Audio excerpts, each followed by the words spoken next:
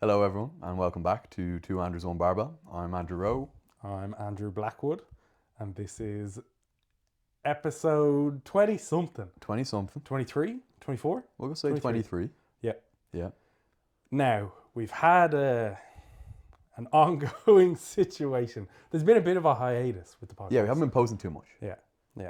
I don't even know, how do we cover this? Man, no one even noticed. It's just us. No, they're like, oh, hiatus. The fuck? I haven't had you on my feed. In fairness, I've had maybe 10 people message me asking when the next episode is. Okay. So that's very nice. Thank you to the people who messaged, who want to hear us talk. That does mean a lot. But yeah, we've had a bit of an ongoing situation. As some of you may have seen, like almost 3 months ago now, we went over to the UK. We recorded with Nate. We did his episode. The following day, we recorded with Nonso and Josh. And unfortunately, we're still waiting for that episode to come through. It's been a little bit of a mess, maybe you can call it that. We did get the episode sent through at one point a couple of weeks ago, but the audio was not correct. Like Nonso's mic wasn't working properly, so you could hear everyone else, you couldn't really hear him. And then there was another issue with the audio down the line as it went through the podcast. So it wasn't like usable, it wasn't uploadable. I asked, like, could we tweak those small few things? Unfortunately, we still don't have an uploadable episode. I'm not sure if we will have an upload. I think we will. I presume we will at some stage. We'd love to. But we'll just have to play it by ear and see how things go. If it does go up, the audio might be shit. I don't know. We spent a lot of money to go over and record that, and it was a really fun and enjoyable episode. So hopefully we get that one out. But yeah, I'm not sure on a timeline for that. That's where the delays come from. Yeah, essentially. Because we thought that we would have that one to put up, so we're like, okay, we don't need to record this week, and then that has just kept going on. We're now at a stage where we're like, okay, let's just record anyway. Pump videos out, and if that one comes along, hopefully it'll be usable and we can throw it up. Yeah. So yeah, maybe or maybe not, there will be a Nonso and Josh episode coming soon. But that has kind of put forth some changes for the podcast where I am just going to start producing and editing the podcast myself. So that should mean that any hold up or any issues or mistakes with the podcast, they are my responsibility. Yeah. So I can take that on the chin if I get anything wrong. So yeah, that's going to be the plan going forward. So hopefully that means we get to pump them out nice and quick as well. Maybe it's the case where we have weekly episodes coming. Now you have a busy schedule, so no, we'll both busy. See what we can do. But you're known for pumping them out quick. Yeah, we've new mics, new camera inbound. The videos are going to be 2 minutes long from now on. They're just going to be YouTube shorts. That's a long time. They're just YouTube shorts from now on. No more podcasts. Rapid fire. Yeah, it's just a conversation. Yeah. New camera. Yeah, we're gonna. Yeah, that's in the chamber. We're going to pull the trigger on that. Yes. Oh, I got a new MacBook Pro M4 chip. Yeah. Ooh, oh my God, I'm going to take over the world with that thing. Big daddy. Oh, it's been amazing since I got that. Yeah. Compared to the other laptop that I had. So slow, you're opening a tab, it takes ages to open up. Oh man, this one is like, oh, incredible. Welcome I've never had a MacBook before. Yeah, welcome to reality. The future. Yeah. The future is now, old man. Yeah, bro, I was on a desktop. Yeah. TV screen. So that has been fantastic. Yeah, just exciting things for the podcast ahead. We had planned to have Adam, your coach, on. Yeah. Yesterday. We've been saying that for a while. Yeah, I know. Yesterday, we've had to delay that podcast twice. Yeah, 2-3 times. Basically, I was pretty sick this week, so I didn't want to run the risk of making anyone ill in the lead up to Christmas. Oh yeah, by the way, Christmas. Woo, Merry Christmas, everyone. Yeah, Merry Christmas. Wait, I will preface. So we're in my house. Yeah. But it doesn't look very Christmassy behind the camera. It's Christmassy. Yeah, there's a Christmas tree and everything. There's all decorations all over here. Cranes. Yeah. The nutcrackers. Yeah, there's a few of them. Yeah.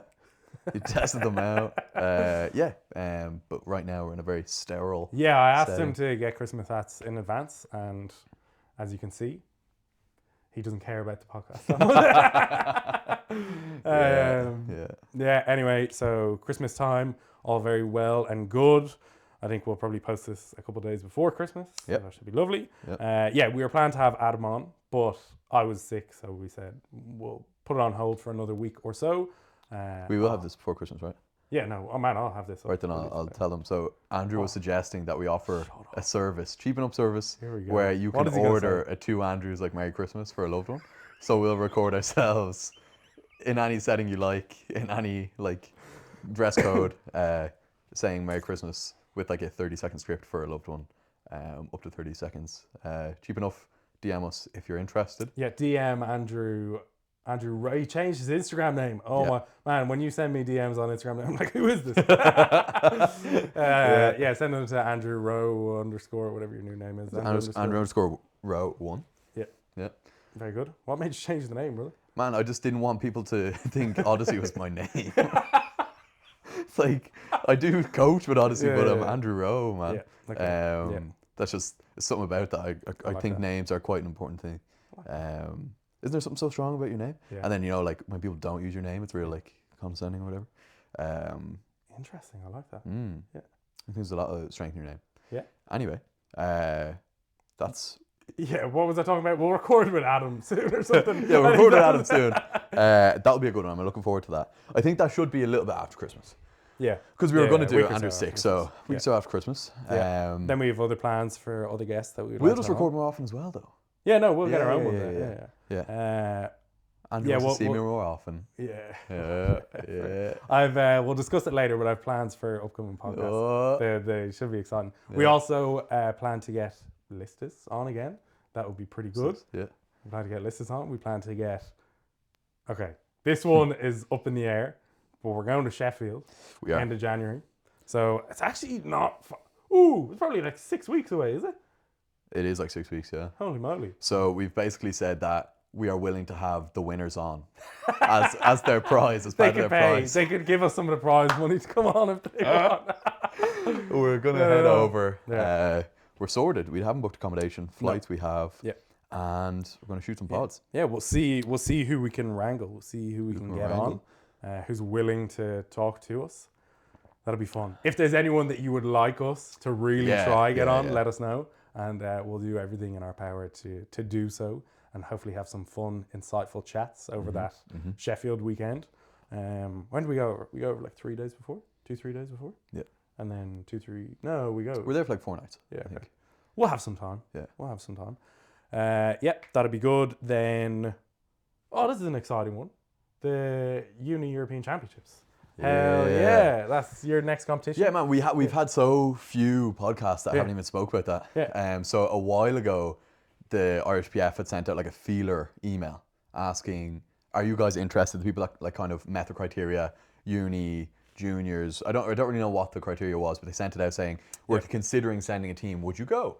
At the time, I was like, it's a bit soon. Yeah. Then I said, fuck it. Like, when else am I going to compete? I'm an open now. Yeah. I don't have the like internationals to like, not bank on. I was always going to have to like fight to keep a place in the team, but more like, they're gone. I'm too far away from winning open. That's right now to go as an open. So, yeah, feck it. Luxembourg, never been there. You haven't. Nope. Like richest place in the world. Yeah, it's where Gaston's Tax haven. from. Is it? Yeah, it's where Gaston. Man, I'm pretty sure Gaston lives in the vicinity, bro. So, if you want Gaston to come on the pod. Okay. If you have to DM us and say, please get Gaston so we can screenshot it and then send that to him and be like, you're in high demand. Yeah. So please DM us and say, get Gaston on because we want to get him on. I think that would be hilarious. Yeah. So Luxembourg. And then not only is Andrew going to compete at that, I'm not in university, so I'm not going to compete. But I am going as a coach. So I'll be coaching with the Irish team technically for the first time, which is pretty good. I tried to do something by myself and he goes as a coach. He's DMing me, can I stay in your room, please? Can we share a room, please? Yeah, it's still a single bed. Yeah. So that'll be really good. We'll have a trip over in Luxembourg for a few days in February. When is that? End of Feb. Late Feb? End of Feb, yeah. Very good. Yeah. And then I will have Open European Championships end of March. So hopefully we can line up a series of podcasts then as well. It's so exciting that you're going to be the second ever RHBF lifter to compete in the sub-junior, junior and open Irish team. The first one to do it properly though, didn't you say? No, the first one to do it properly. No, just no asterisks, just second. It's cool. It is really cool, man. I'm so proud Westerns is a fake comp. I'm so proud of you, man. Nah, Tell Aid that, bro. Tell Aid that. What did you say the first time? What? No, he did it. He did it first. And now, in fairness, you're in a league of your own because you'll have done sub-junior, junior, kind of an open comp and a student comp. Oh, interesting. Yeah. Yeah. Yeah, I've never done. Have you ever done uni? Nope, uni anything. Yeah, neither have I. No. There you go. There we go. I think that was another reason I did it is because I didn't do it for my whole undergrad. Yeah. And then, my master's is going to be done soon. So I said I might as well do something. Yeah, I was going to do uni nationals, to be fair. Yeah. And then I said, well, why not just do it in Luxembourg? Yeah. And it means I can handle a few of my boys at universities. Yeah. That's going to be a big competition. Really I know big. it always is, but I've this is going to be quite a like few people really big. Yeah. Even Adam's competing. His coach is doing it. And he's what, like 30? Adam's like 45, man. Oh, he's 50, he's Yeah, Masters man. 2 or Yeah, I something. didn't know they let professors do it. They actually made a whole new division just for him. For the people who are over 25. Masters on unis. Yeah. Yeah.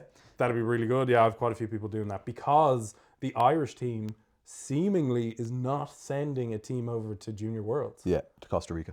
Come on, I would be sick if that was my last junior year and the Irish team said that. Now, I know there's more to the situation and it costs money, and if you send a team, you have to send refs.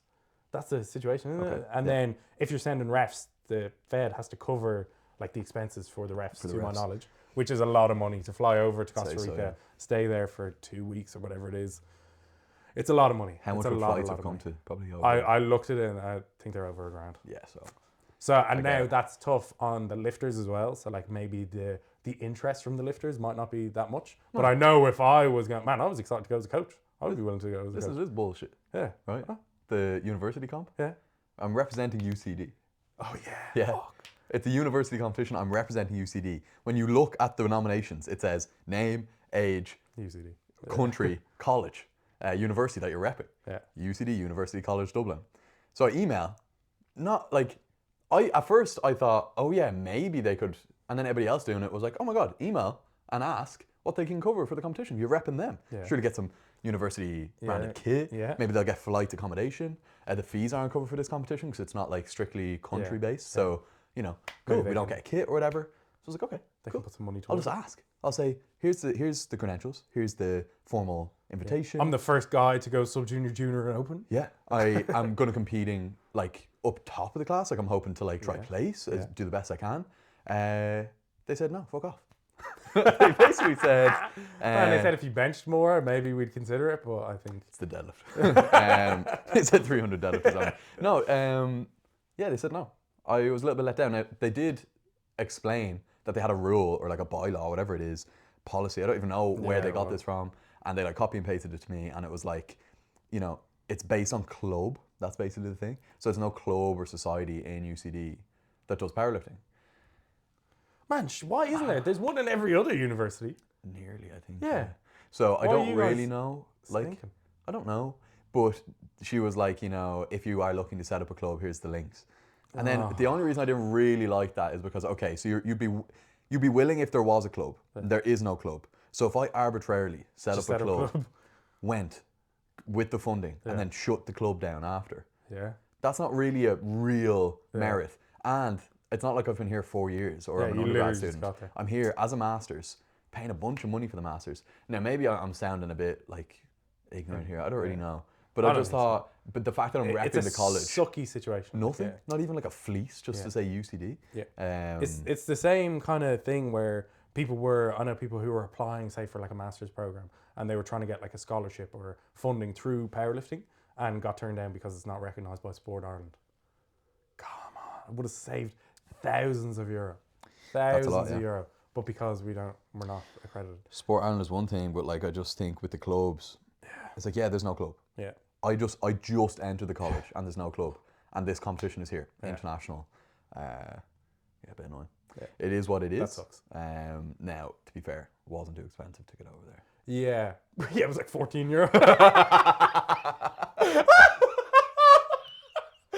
I'd be flying first class to Luxembourg with the funding from UCD. €14 the flights were. I just remembered that. You shut up, man. They didn't give me funding. €14. It's tough out here, man. The Masters is expensive, so Yeah, that's fair. That's fair. yeah, that was Yeah, that. but then they so- couldn't even spare €14. Yeah, That's come come on. on. Fucking, there's definitely like a hobby horse riding club that they're getting sent. He's saying that as if he's not a member. Yeah. Come on. Man, like even Trinity, I was talking to someone part of the Trinity Club. Trinity give a certain amount of money, international or not. So one of the guys I coach is like Irish PF membership was covered and comp entry was covered. Yeah, I think a few guys in Carlo, they said that their like Nats entry was paid for. Man, I'm telling you, if you hit 300 deadlift, they might consider it. So anyway, Yeah. what were we talking about from then on? Well, that's Luxembourg coming up, Yeah, and then we'll record with Gaston when we're there. yeah.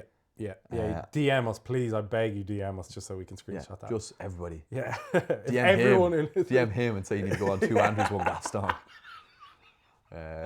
So that's it. So yeah. So that's the kind of future plans for the podcast. yeah. How have we been? Have you been in this hiatus? The last one that we did was probably a few weeks into the deficit. Couple of weeks into the deficit, post comp. Yeah. Yeah. How Have we been since? Because it's probably been like a month. It probably has been a month. Really good. Yeah. Both of us have been quite good. Yeah. We can almost speak for each other here. Yeah. Andrew's been really good. Exceptional. He way less time on social media. He's down so much body weight. I'll let him talk about. His training whilst on the deficit was very successful. Yeah. He was a little sick the last week or so, but don't let that taint the perception of how things have been going. Yeah. Life's been good. He's been super productive. He's been consuming a lot of knowledge, less bullshit, spending way less time, bullshit media, social media. Yeah. He's just improving, finding more and more ways to improve. Proud of this I guy. appreciate that. Yeah. Andrew has been going to college. That's it. That is legitimately it. What have you got? Fill us in. Fill us in. Okay. All the same things are still applying. Yeah, mine tends to be simpler than your update because it's literally like I did my college stuff. Yeah. I did my college stuff. So I put in a bunch I did put in a bunch of hours. Maybe I take that for granted, the work I do. You're grafting. There is a fair few hours that goes into it. So all my assignments, all my deadlines met. I was happy with everything. Then there's the year-long project. So all of my semester things were done. Then I did a little bit more work on my project, which is kind of like year-long thesis-based. Supervisor of a lab, everything like that. Yeah. And that's fine. It's exciting. Ethically approved, fully. Anybody who's done like a thesis or a science-based undergraduate or postgrad knows that you're obviously going to have to get ethical approval. I don't know exactly how that works in the likes of, say, chemistry, where there's no human subject. Or if there's no human subject, like let's say you're just testing, substances or whatever on themselves. Maybe there's no ethical process there because you're not actually. Maybe you're opening there's a no risk. can of worms. I don't know. Where was the atomic bomb ethical? Okay. Cillian Murphy, bro. But for us, because there is human subjects, there is a spectrum of risk that could be they could be exposed to. Yeah. Now, the lowest end, which I'm hearing more and more just in my masters now, because we talk to other psych students, is kind of like low risk secondary level analysis, where they work on, say, big data like the tilde Big Daddy, what? they work on big daddy, bro. They work on with like tilde data or Say data or something instead. tilde data, tilde data,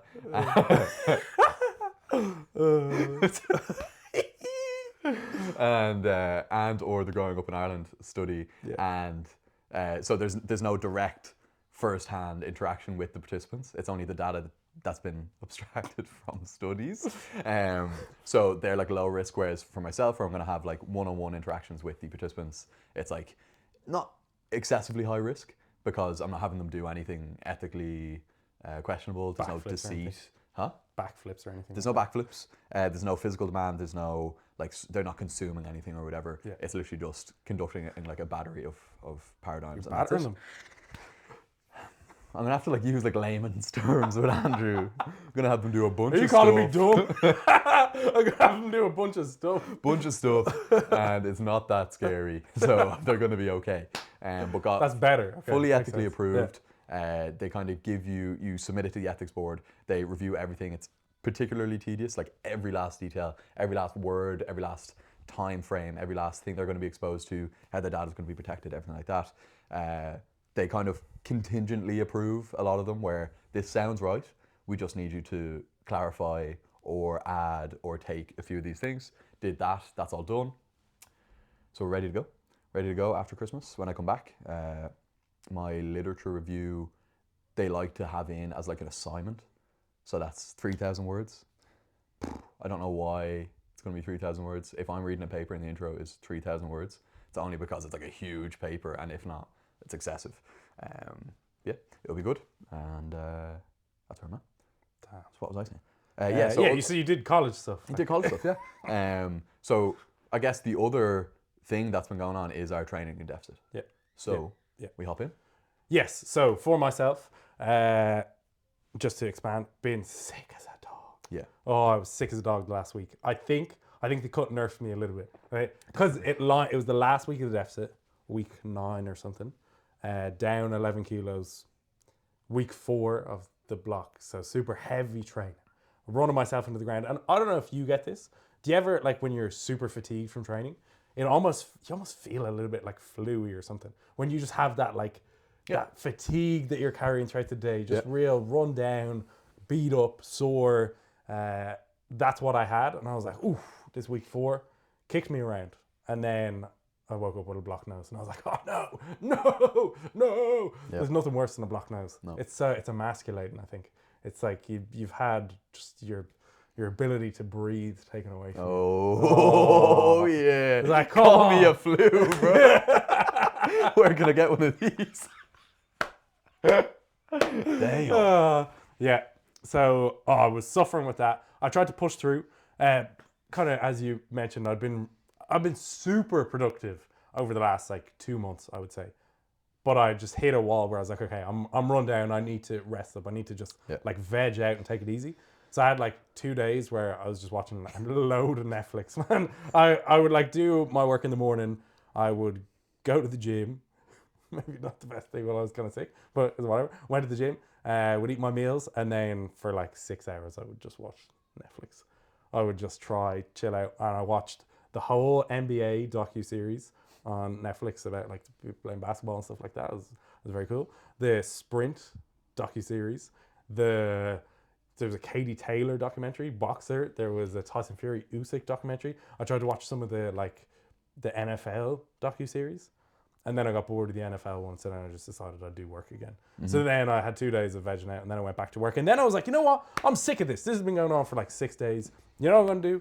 I'm just going to drink 5 liters of water. And that will flush it out. I'll be healthy after I drink 5 liters of water. I did that for one day, and then I felt better the next day, and now I'm fine. So what you're saying is when you started drinking water. Andrew doesn't fucking drink any water. Okay, this guy... I'm dying on this hill, man. I've never seen Andrew drink water. I've seen him drink Sprite. I've never seen him drink water. He says, I drink it in the morning. He doesn't drink shit, man. And then he just says, I tried drinking water and I felt better. So I have a gallon jug of water, 4 and a bit liters, that I drink every day. Okay? Not when I'm around. Even when we spend the whole day together. He's waffling, this guy. Anyway, so I drank 5 liters this time. I increased my water intake. And I was cruising. I'm still a little bit nasally, but I'm laughing. Do you know, actually, I don't know if Still feeling emasculated? No, I've got my masculinity back. I don't know, have we talked about this? So when I have a cold, I will get nosebleeds and stuff. If my sinuses are inflamed, I'll get nosebleeds. When I was a kid, when I was maybe 10 up until 16, I would get very frequent nosebleeds. Most frequently, if I had I have bad hay fever, so during hay fever kind of season, again, if my sinuses were kind of jacked up or inflamed, or if I had a head cold, man, I would get 6 nosebleeds a day. I would just, man, I was doing exams. I was doing kind of, I don't know what the equivalent are, GCSEs, or in America, I have no idea. But kind of big state exams, important exams. And I was writing on the page, and then just all of a sudden, double nosebleed gushing down on the paper. I was like, what, this is bullshit. So I actually had to get my nose cauterized twice, I think, 2 times. basically they burn all the skin on the inside of your nose, so it like scars up and Did you ever find out like what that is? That has to be like some know. minor diagnosis of like I don't know. weird blood vessels in your nose. Yeah, I guess so. So strange. Yeah, I can't remember if there was like one event that like kind of kicked it off. I remember the first nosebleed I ever had. I was playing with like my younger cousin, and he was like quite young, and I was on the floor, and he like ended up kicking me in the nose somehow. I'm like again, I was like 10, but somehow he's curb stomped me, like he stomped my nose, and then it started bleeding, and that was the first time I had a nosebleed. Never And then stopped. they were just happy Crazy. freaking me from So that. But that's- it wasn't like he broke my nose or anything. It was just like Had you been blowing your nose a lot? Now? a. Do you think that could have initiated it? Yeah, maybe. It just Sneezing. seems to be when my sinus is like inflamed or like my nose is blocked, it'll just, man, if I breathe the wrong way, it'll just set it off. So anyway, it's been mostly sorted since I got what you gotta fucking say. I was gonna say breathe the right way. You set me off. So yeah, for the most part, it's fine now. But I was having that happen again. Yeah. But yeah, I've had to have my nose cauterized to stop that. I would get it when I was training. I'd get that quite a lot when I was training. If I was squatting, doing pause squats and stuff, routine nosebleeds like all the time. So yeah, anyway, been a little bit sick, but in general, my routine has been. Oh, that hurts. My routine has been so good. I'll talk about the social media stuff a little bit afterwards. But I've been like a laser. Anyway, we were talking about training, were we? We were going to get into training? Well, let's get into training. Okay. And the deficit. You mentioned you're 11 kilos down. You mentioned, you're having your meals. What are your meals? What's your deficit? I've actually been talking to quite a few people about this. I've had maybe like 3 or 4 people reach out and kind of have conversations and ask questions. And I think it's a common thing that people will have to deal with. And we have harped on for so long about the like gaining side of things and the surplus and the importance of building muscle. There is a whole other side of the spectrum, another part of the cycle that we have not discussed that much. And I suppose that's in part due to that we haven't had to do that much within our training. We haven't spent too much time in a deficit over the years. The vast majority of the last few years has been in a surplus and gaining more muscle. So for me, one of the biggest like benefits of this deficit, or one of the things that I came to, it was like taking back control a little bit. I said this to you as I was exploring the idea. It was like just showing myself that I could do it. It was like proving to myself that I had control over like my body composition and the direction of my body weight. I don't know why, but when I was like kind of peak surplus, I had these like subconscious thoughts and feelings that I had like let myself go a little bit. I would look at myself in the mirror and I wasn't very happy with body composition. I was like, man, you've been training for like a decade, and what do you have to show for it? There's probably in large part comparisons to other lifters that you see online, some people who are fake natties, stuff like this. Things of that nature where I'm like, man, I've let myself go. I don't like the way that I look. Like, what am I doing? How have I let myself get to this stage? And a lot of it was that kind of sentiment, like, how have I let myself go? Like this kind of, I don't know if it's just the outlook or the perception of carrying that excess body fat as if I was being lazy or something, that I had got to that point. But now, having like come back down, I can look at that period of time and acknowledge like there was no laziness about it. There was nothing lazy about it. That was in pursuit of a goal that I had of trying to be as strong as possible. It wasn't easy to get that big. It wasn't accidental that I'd put on that much body weight. It was in the pursuit of a goal. It took a lot of work every single day. So there was none of the having let myself go. But I don't know why I had that feeling at the time. But this whole experience of the deficit allowed me to feel as though I am in control. Like I can control my body weight and thus like body composition almost at will. Like whatever way I can go. If I want to be really lean, like I can be. Whereas before I felt as though if I said that, it's like cope a little bit. Yeah. It's like, oh man, if I wanted to be lean, I could be. Yeah. And it's like, well, why aren't you then? Oh, because I want to get stronger. Like I even felt like it was cope. I felt like it was coming across as cope, saying that kind of stuff. Whereas now I've done it. Because the whole time we had been gaining more body weight, and the podcast over the last year, I would say like, man, it's only going to be temporary. Like you can lose this body weight. It takes so much longer to build the muscle. You need to spend more time doing that. It's going to be so quick to lose the body fat. You can come down in like 6 to 12 weeks and lose whatever you had gained over like 9 months. But we hadn't done that yet. So that was all like hypothetical. From the beginning, we had this vision that, okay, if we commit to building more muscle, it will pay off. We'll be able to hit these massive milestone numbers. It'll increase the likelihood of getting on the podium and whatnot. Like this was the vision that I had, like whatever, 3 years ago. Now, after this deficit, it's like the full circle moment where I've completed the whole cycle. I've completed the loop, and I can look back and be like, it worked. I did the phases of gaining. I did put on some body fat that I wasn't super happy with in the time. I was telling myself it was only going to be temporary. And now I've gone through the deficit and it was only temporary. It was easy to lose the body fat afterwards. It was easy to come back down. It was so much faster. I did it. I did all the things that I said I would do.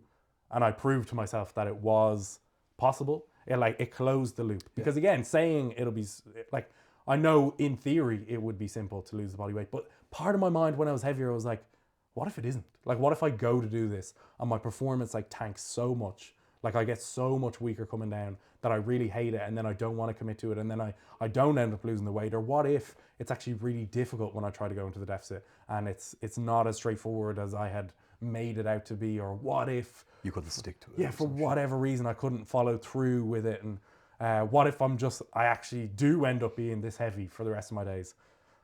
I don't even think I could stay that heavy, even if I really wanted to for that much longer, because it required so much work. So yeah, it was just closing that loop, doing what I said I would do, proving to myself, gaining more experience again with that deficit. And now I have the experience and the full picture of like the spectrum of getting bigger. And now I can rinse and repeat that till kingdom come. Like To who? Your nickname's Kingdom. Anyway, so I can just rinse and repeat that. I'm confident with that now. It's also given me much more confidence that I can go back into a surplus, because I know whenever I want to, I can run through an 8-week deficit and cut off slabs of body weight at will whenever I want to do it. Because I was very much kind of confused and I didn't know what direction I actually wanted to go. As I was going through the deficit, I was like, I really enjoy this. I'm enjoying how I'm feeling. My performance in the gym is still quite good. Like I feel as though I could lose more body fat. I'm enjoying the changes that I'm seeing to body composition. The thought of a powerlifting comp didn't really interest me that much. It wasn't that exciting. And then I got to the stage where I got down low enough in body fat that I was like, okay, if I wanted to extend this further, it would be at odds with the other aspirations that I have. To go down further and to be able to see my abs a little bit more, to have a little bit more muscle separation in my arms, I don't think now would be worth it at the expense of, say, when I go to European Championships. So there would be no need to go below like 106. Whereas when I was like 110, I was like, oh, I'm not stopping this at 108. Like I have more body fat to lose. It's like I'm seeing exponential changes in my body composition like every week. Once I got that initial, maybe like first 4 or 5 weeks of the deficit out of the way, where you're kind of just shrinking the size of the bloat and the amount of body fat that I was carrying. So I was like, okay, I want to keep losing body fat. I got to the stage where I was satisfied. I am now quite satisfied with body composition at like 106, 107. Can see abs again, can see muscle separation in my arms, my shoulders, my legs, whatnot. Performance maintained really well. As we talked about, kind of doing that like higher rep work, push that for 2 blocks or so. Accessories getting stronger. Top end doesn't feel that strong, to be expected. I would say I'm not far off what I would be capable of if I like peaked and tried to match my best total. I would be confident that I could do that, having lost so much body weight. Really happy with where I am physique wise. I also imagine, say, over the next couple of months, that it will be that nice sweet spot where you're just kind of like rebounding out of the deficit, rather than like blowing back up and getting fat again. It'll be just like filling up that frame that I have that is leaner now. Instead of feeling kind of like flat and depleted in the gym, I'll have like better pumps again. So that is really good. I'm enjoying that. Everything is really exciting now. And we're like 12 weeks away from European Championships. So yeah, we're like, the deficit was just like a resounding success. There was a few, like, again, talking to people, like they're kind of fleshing out any of the lessons that were learned and things that went well and things that didn't go well. We can get into that. But what was your experience with the deficit thus far? You've now Hold on, exited you out just of it. said so much there. Come on! Okay, No, go, that go, was go. that was Yeah, great. That was yeah. nice to hear. The flip from discussing something that was purely theoretical, though, like you were saying, it kind of felt like hope, because what if it didn't really work out? It was always in your control, Yeah. but it just had been such a long period where it did go from this is something I do and can do to I could do if I was in that situation. And because, like anything, it's like, yeah, when you spend so long separated from a concept, a practical concept, it does become a distant thing. In fact, it is. Though there was never any doubt that you're going to be in control of that. So it was cool to watch. It was cool to see. It's something that now, with you being so in touch with it, we'll discuss this plans for the future kind of thing, but I am keen to see how you kind of traverse periods of surplus, periods of maintenance, further periods of deficit, different experiences at different body fat percentages, because as you can see, his face way leaner. It's just, just irresistible. No, so I'm keen to see how you feel throughout the different kind of ranges, different experiences, varying priorities, going from maybe like competition is a priority right now, if there's periods where that is not the priority, if the deficit becomes a priority, etc. But yeah, just it's been cool. It's been very cool. On my end, the deficit slightly different, though when you squint your eyes, we did the same thing, and it's all going to be the same thing in the end. I am also finished the deficit now as of a little bit before you, maybe 2 weeks in advance of you. So I've been in a surplus, off the top of my head, for 3 weeks. Okay. Yeah. So at my lowest, I think I had reached like 97 flat morning weight. Down from? Down from 102.8. Yeah. So let's say 6 kilos. Yeah. But then I added calories back in, and it's like the deficit was still burning. And I got down to 96. Yeah. Is say like 4 days into the surplus, and then it kind of reverted itself. Yeah. So that's 7 kilos down, which from 103 is significant. 96, I was on 2,500 calories, upped it to 3,000. I thought that was a significant enough increase. Yeah. But my body weight just leveled at 97.1.3 range. Yeah. So I said, okay, we'll go up to 32.50. And I weighed in this morning at 97.1. Yeah.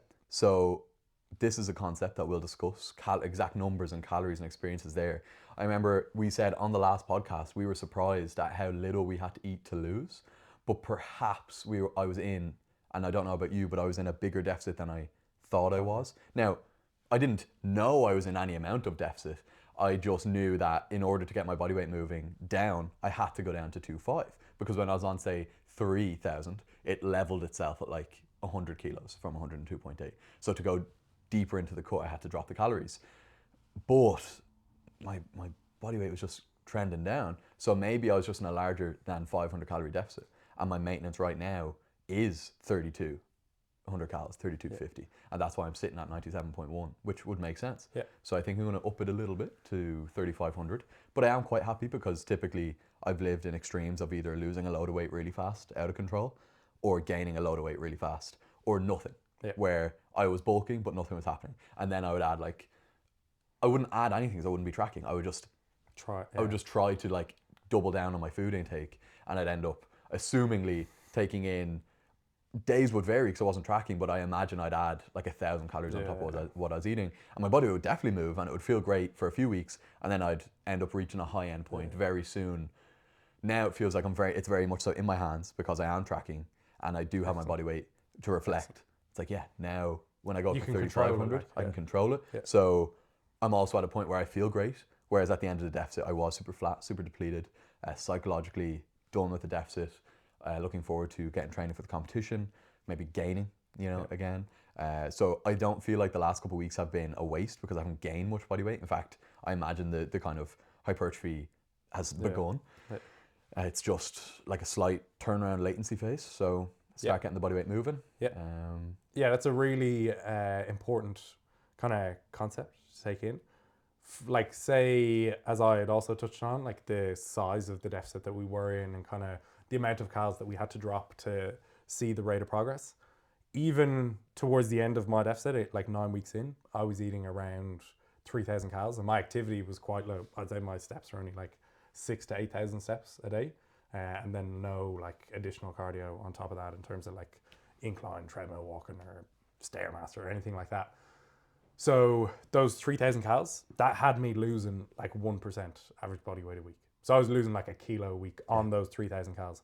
So the concept that I kind of run off when you are reversing out of a deficit like that would be to try add in like half of the calories that you had taken away in total. So if your starting calories were whatever, like 4.5, and then you went down to that, I would try bump that up to like the halfway between those two numbers, and see where body weight adjusts from that. So yeah, I would say perhaps it was the case when you dropped down even further from the 3K that maybe there was just like a little bit of latency with how body weight was adjusting to that. Again, you kind of hear the recommendations of give it like 1 week to 2 weeks to see if body weight has adjusted from that number.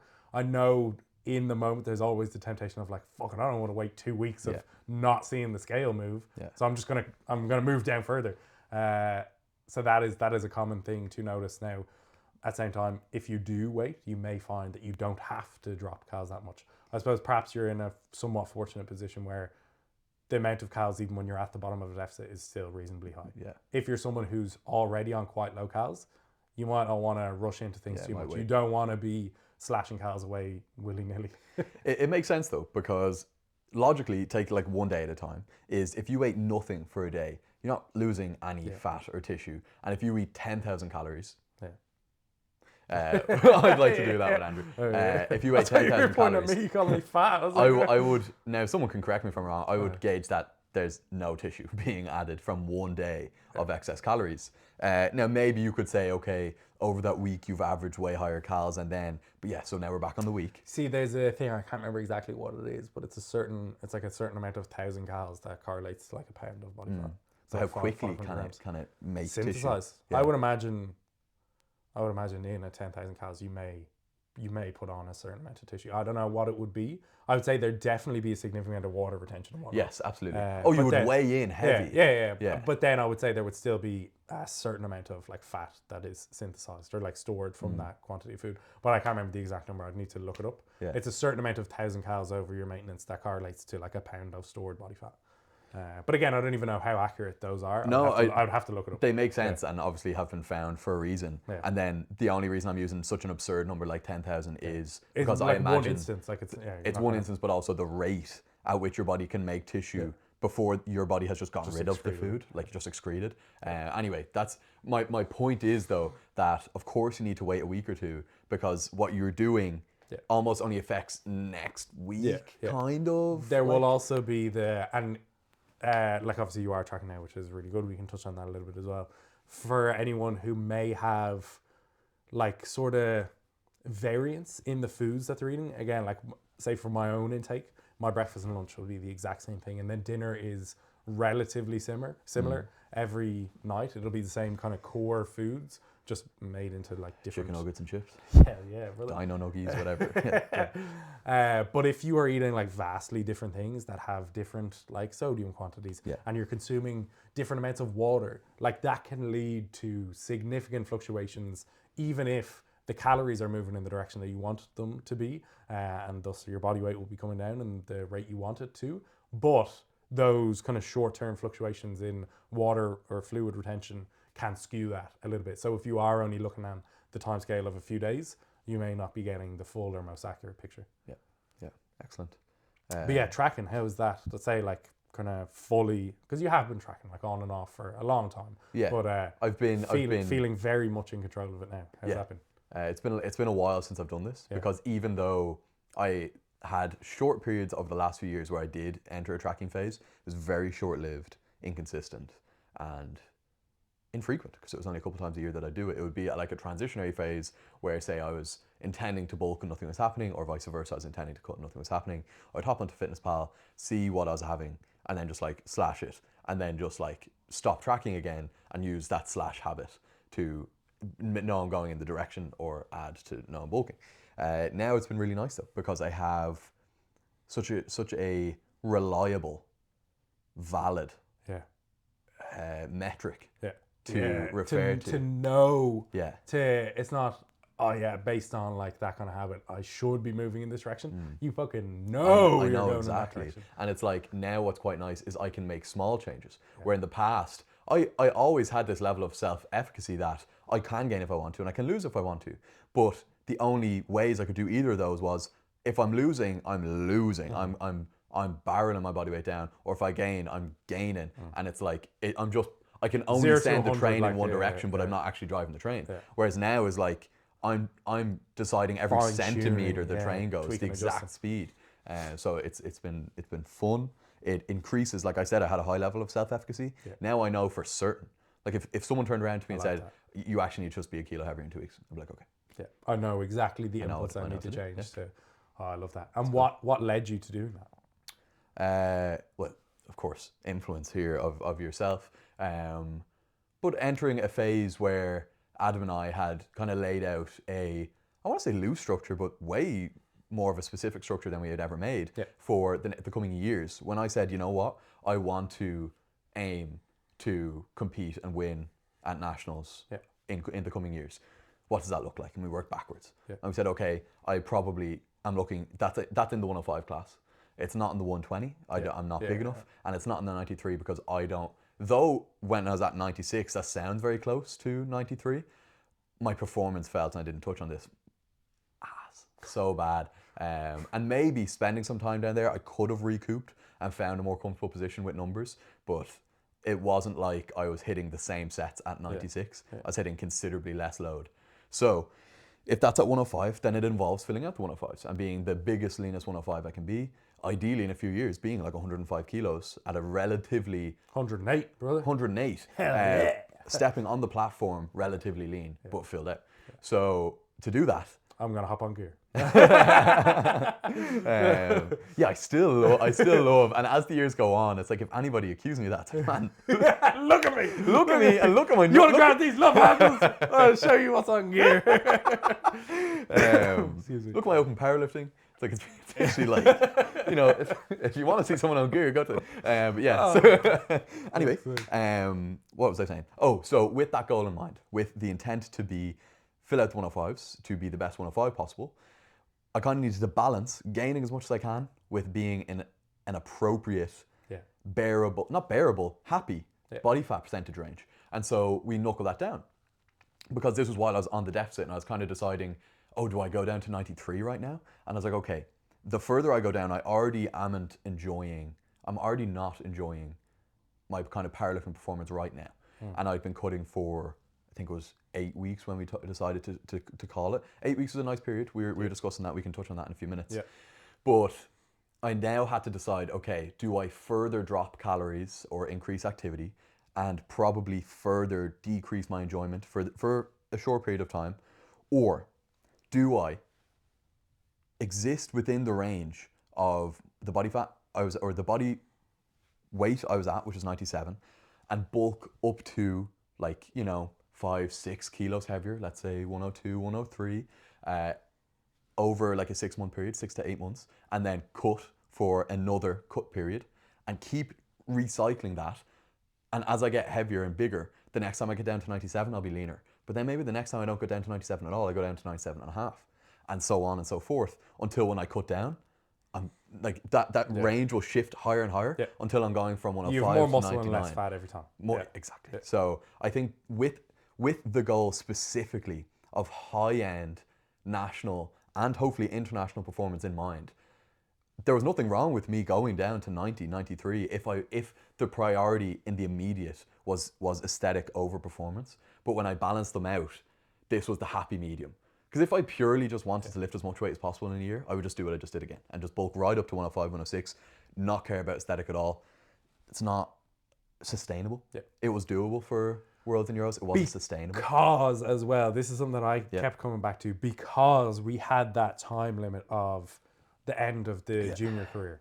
Like we want to be as strong as possible by this end point, because there's no going back. There's no going back. Like you only have 12 months ahead to get as strong as possible within the confines of the weight class. So we definitely pushed it excessively, but excessively. I'm glad we did. In terms of like now I would view it as excessive, but at the time that was what led us to be Absolutely within reason. to be as strong as possible. And again, reversible decision. It's not a permanent thing. So it was only because that time so finite pressure, there that was a we deadline. that we pushed ourselves that amount. Because now, if I look at myself, I don't think I would get up to that body weight again. No. I don't think I ever see myself being 117 ever again. Ever? At this moment, I don't see myself ever being that heavy again. It's that speaks to us being in slightly different positions where you had spent a more consistent period of years. I got to a bigger high point. Whereas I had allowed my foot to come off the gas much more than you did over the years. So now the foreseeable looks like gaining right now into this competition. This isn't a be-all and end-all competition, which is the first time in a little while, because I had junior nationals, which I had to win, because then I had junior worlds and Euros, which I had to ball out for.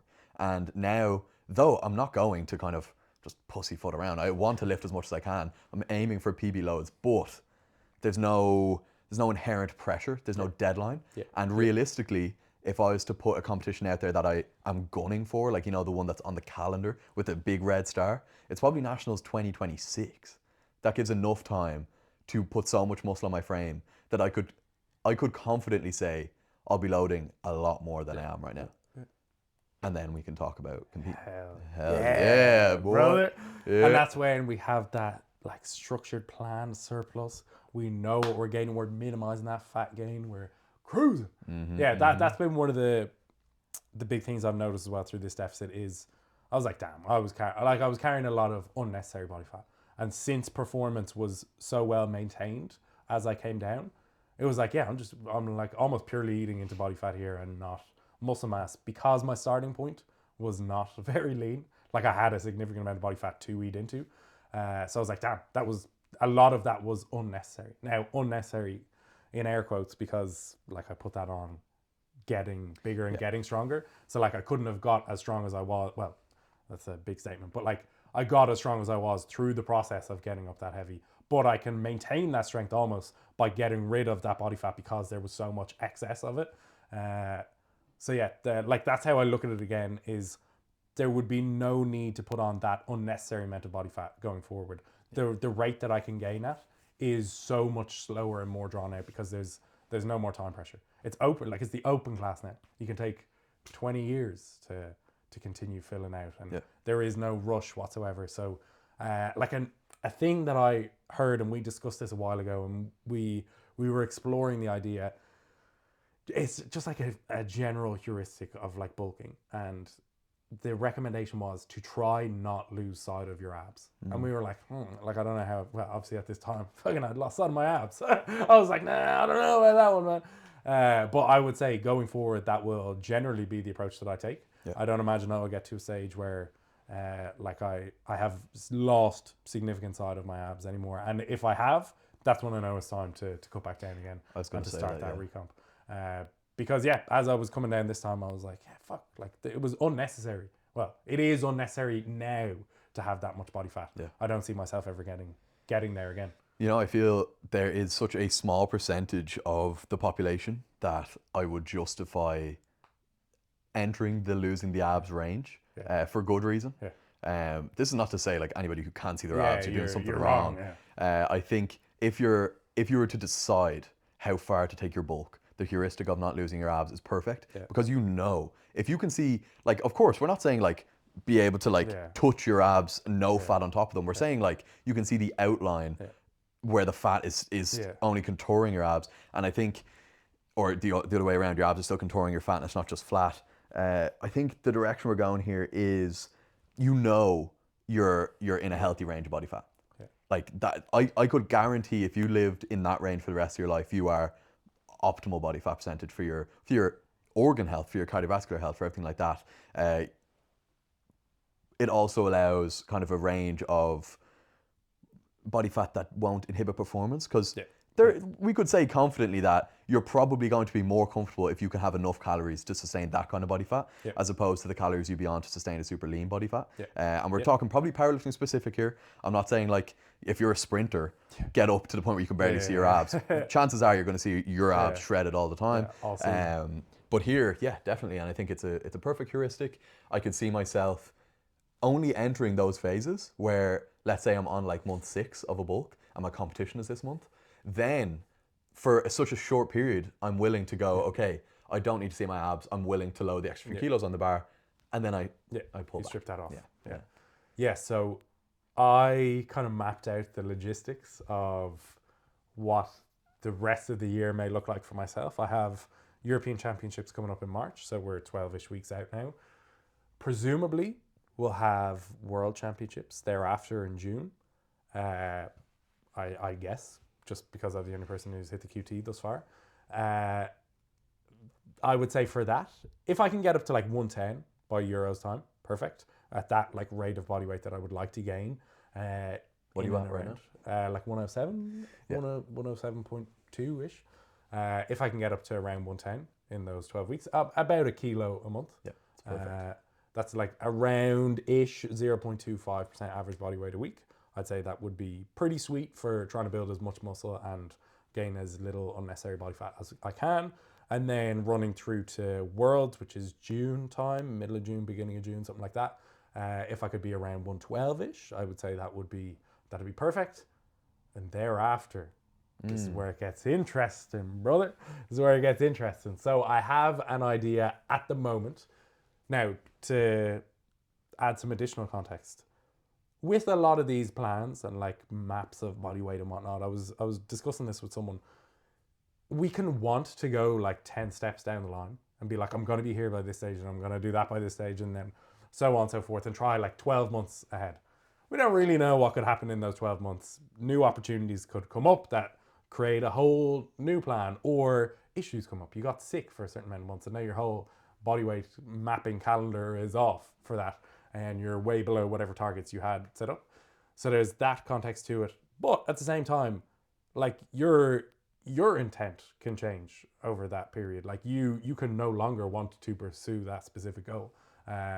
So it could be the case that I get to Worlds and I no longer want to do this plan. There's been times where we've outlined plans on this for what we're going to do, and then I do Euros 23 and I'm like, fuck it, I'm staying 120. Like that stuff will happen. Be open to that stuff happening. Don't be super fixed to a plan like this. But it can be good to give a little bit of motivation perhaps, or a bit of a vision for the future, something that you're working towards, something bigger. But I think after, I almost don't want to put it out, but I will.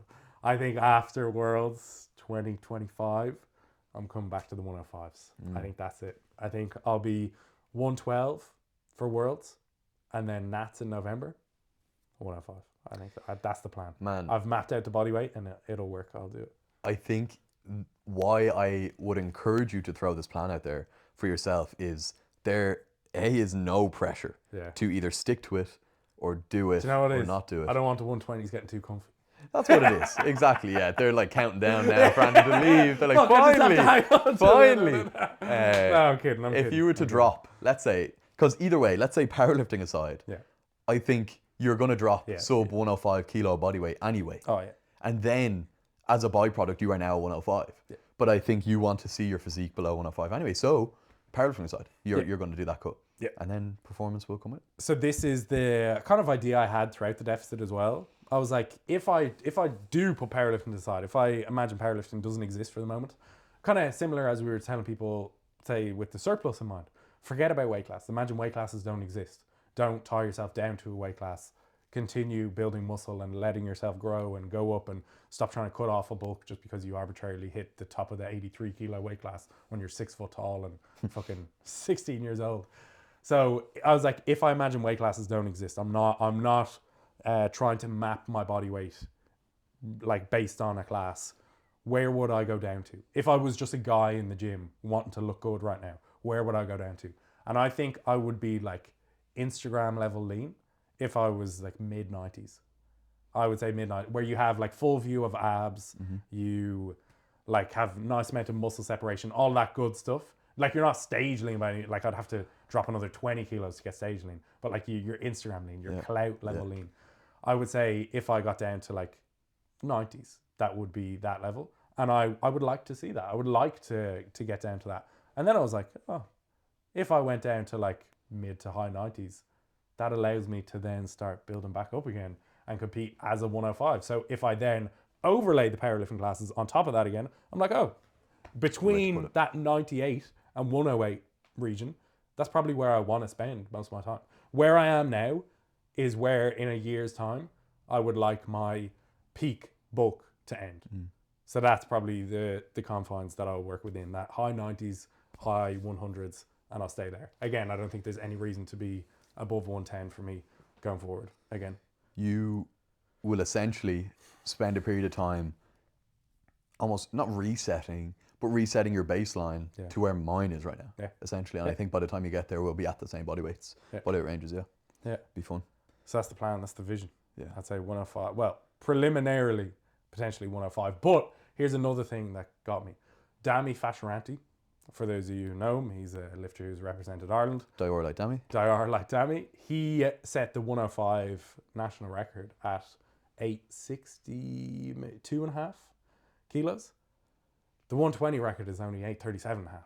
So I think I got to make sure the 120 record is in excess of Dami's record before I leave the 120 class. So that could be a goal for myself. Maybe it is the case I stay 120 for Nats next year, but I got to make sure that the 120 record is higher than the 105 before I leave the class. I got to make the 120s great again. I got to bring glory back to the heavy class. Make the 120s great again. That's what I got to do, because like internationally the 120 standard is like way in the 900s. So I just want to make the 120s great again. Go watch the YouTube if you're on the Spotify. It's a great class. It's a great class. It's a really great class. Yeah, so that's the vision, that's the thoughts for now. Anyway, what else were we talking about? Oh man, social media. Did we cover any of that shit yet? Oh, the social media way that I've been handling my life. Okay, so context to the situation. We talked about this before in a previous podcast, I think, where I was like, man, the brain rot. Like I keep, I'm like a victim to the brain rot. Am I controlling myself, or is the phone controlling me? I've got these like subconscious habits built up. I just reach for my phone. I'll be scrolling. I hate it. So, excuse me. What I would find back when I was like posting a lot on social media as well, you'd like sometimes you have a banger video that gets 100,000 views and you're getting loads of new followers and comments and likes. I'd want to like first thing in the morning check my notifications and see all the stuff that had been popping off. So I would do that, and then I developed this habit of almost like first thing in the morning opening social media and scrolling through and checking my notifications, and that just became like a routine for me. I would open it up and I'd get caught scrolling for like 20 minutes, I'd say 15-20 minutes, but that has like set the tone for my whole day thereafter. Like just it's like my head is like muddy from that point on. If I wake up in the morning, and this is how I wake up now, super clear-headed, and like have a vision for the day and have a vision for everything that I need to get done and want to get done, so on and so forth. When I would end up scrolling, it muddies my thoughts, and I'm not clear-headed anymore. I've had like all this like information bombarding my brain that I'm like still subconsciously processing, and my brain can't focus on other tasks.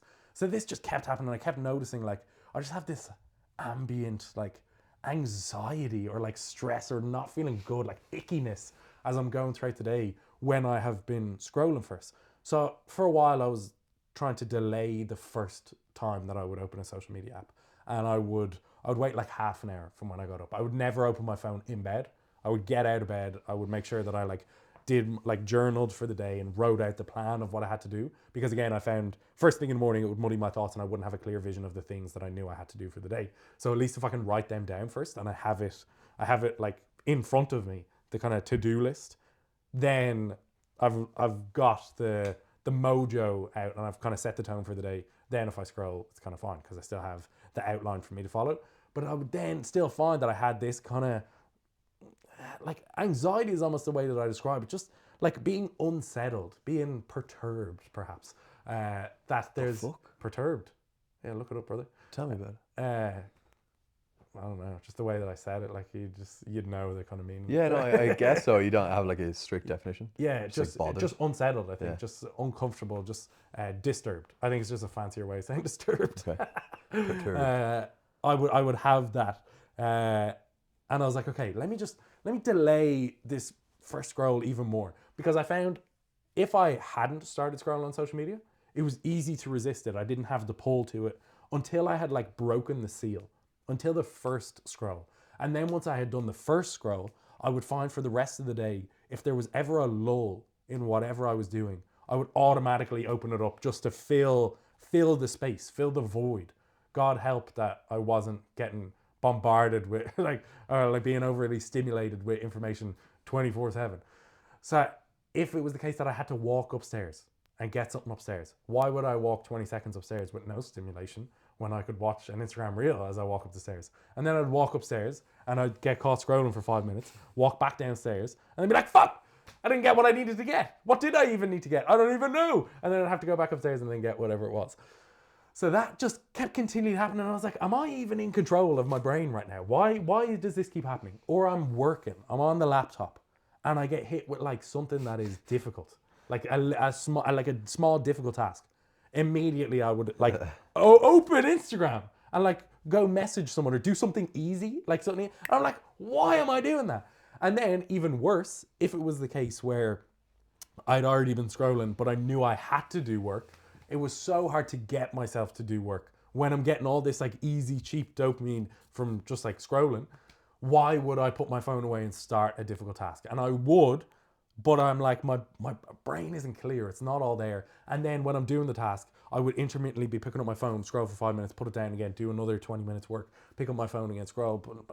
And it just like, there was no consistency, congruency, is that even a word? To the work that I was doing and the flow day to day. I just was constantly having this mush in my brain from just brain rot shit that I didn't need to be consuming. And then like threads, do you know like threads on Instagram? Yeah. You get like those little suggestions even in the Instagram app. The most toxic stuff I've ever seen in my whole life. It's always the most toxic things. And I'm like, this is ruining my headspace. Why? This is perturbing me. I don't like this.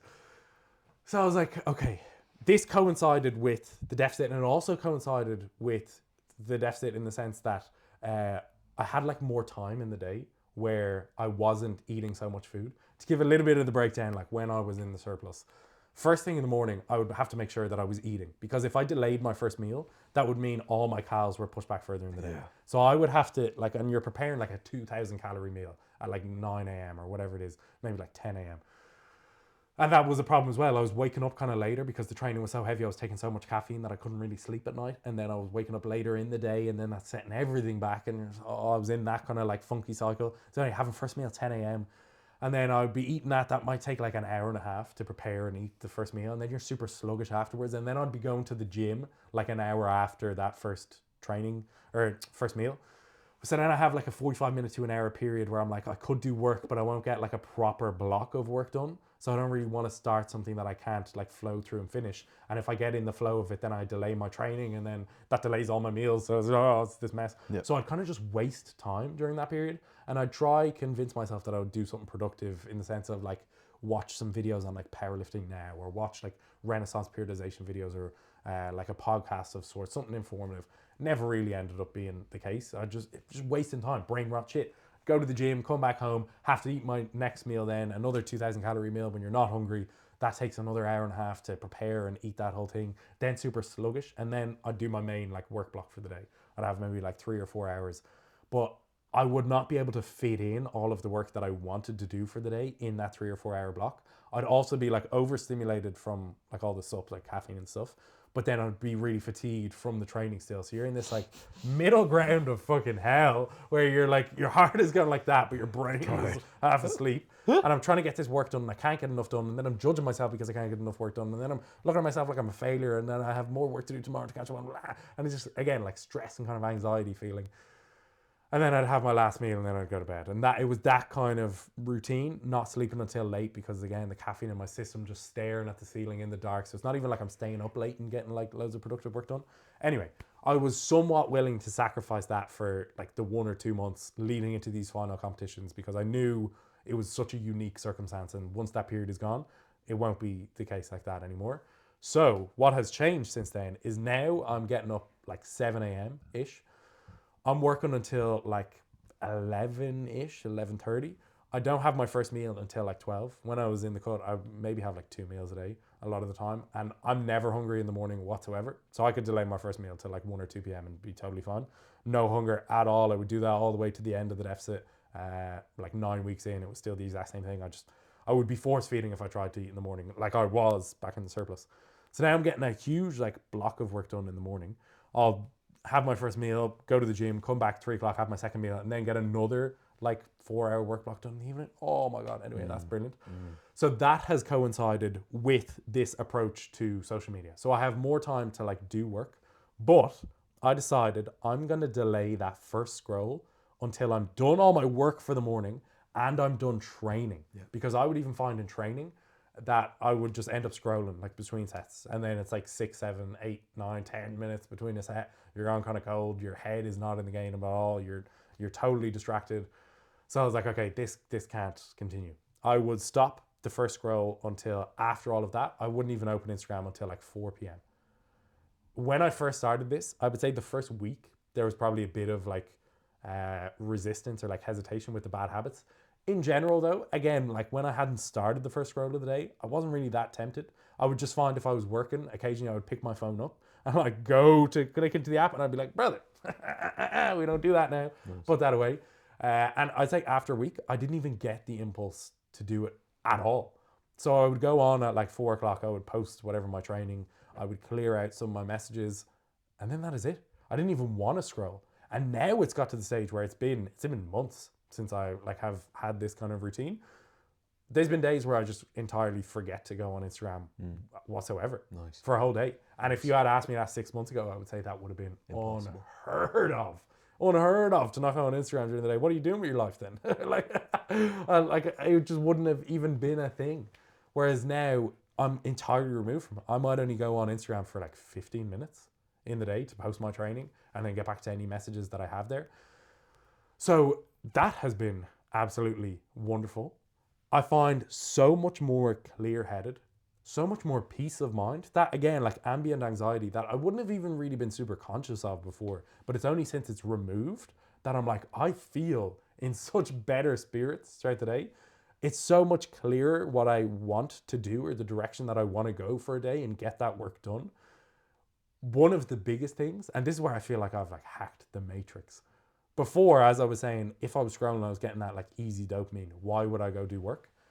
The first week when I stopped the scrolling, I would put the phone away and I'd be like, I'd just sit there. I'd be like, I know I have to do work, but I don't really feel like doing it. So I'll just sit here because that's not an option anymore. Scrolling isn't an option. I'll just sit here with my own thoughts. I'd say it took no more than 60 seconds to be like, I'm fucking bored. Give me something to do. What's the work that I have to do? I'll just start that so that I have something that I can pursue. Because before it would have been, that is the easiest thing. And it feels good. It feels good scrolling because the posts are funny. It's all curated to be exactly what you want to be watching. Funny, stupid shit. You send to your friends, blah, blah. Now it's like, that's not even a possibility anymore. What do? I can just sit here being really bored, staring at the ceiling, twiddling my thumbs, or I can do some work. And then I start doing the work. And then the work becomes the dopamine. That becomes the fun thing. That becomes the reward. The work is the reward. I'm like, this is fucking... I've hacked the system. I want to work now. First thing in the morning, I want to do all the work because it's so fun. Because it gives me that feeling of like positivity and happiness in my head that I'm like moving forward and doing something and achieving something. Like I have a private like members area for all my coaching clients. Yeah, you do. Brother, I have like 30 videos in there that are just breaking down all of my thoughts, all of my insights, all of the like my intent with the programming or the approach to training, all of the ideas that I have to suggest to them to get the most out of their training, or like breaking down things to do nutrition. So like healthy eating, all the things that they would need to know, everything, or like cutting or bulking, breaking down everything of the whole process. And the videos are like 20 minutes long. I think there's like 30 or 40 of them in there that I've made at this stage. Oh my, and they're like evergreen content. That's always going to be useful. And if like say my lifters can like process and internalize all of those videos, oh my God, it's literally like what took me a decade to learn. You have in whatever, 30 videos right there. Get through them like one a month, maybe a couple of months, put them on 2 times speed. You're laughing. Oh my God. So that has been so fun. Creating like new plans and ideas for, say, like the podcast side of things, or like my own personal content, or taking time to do more learning. Oh man, like I'm going heavy on the learning between books and like courses that I'm running at the moment. I can literally feel my brain growing like every day. Man, I think my brain has grown like 2 inches over the last man. 2 inches is a lot as well. How'd you do that, man? How'd you do that? Oh, it was the head up here though. So Yeah. I'm gonna fly to you. Anyway, so yeah, man, I've been going heavy on the books. I've been living my best life. Nice. I have been so happy over the last 2 months that I can never see myself going back. And now it's the stage, okay, I've got to be honest. It's at the stage where people send, like, if people send me reels and stuff, I don't even watch them anymore. I like them in the chat, don't even watch them. And like when I see stuff on my feed and it's coming up, I have no interest in even watching it anymore. Nice. It's like it's rewired my brain almost. Yeah. I have no interest in any of that anymore because I just view it kind of as a waste of time. And now that's not to say like if you scroll on your phone like it's bad and you're a bad person and whatever, but like just the impact that it has had on me and my outlook of it now, it's like there's nothing that draws me to that anymore. I actually tried to do it. So I've been listening to so many audiobooks. We'll talk about that shortly. But it got to the stage where I was like, okay, I've been so focused on like work and productive kind of things. I'll just watch like YouTube while I'm having dinner. And I was looking at all the stuff on YouTube and I was like, all this is kind of stupid. Like all of this is literally just like, it would purely be just to not have to think. I actually would rather be thinking right now because the thinking it's producing these happy hormones in my head and I'm liking it. So I would just like listen to audiobooks. Like when I'm having breakfast, lunch, dinner, I'll play these audiobooks because they're topics that are really fascinating to me.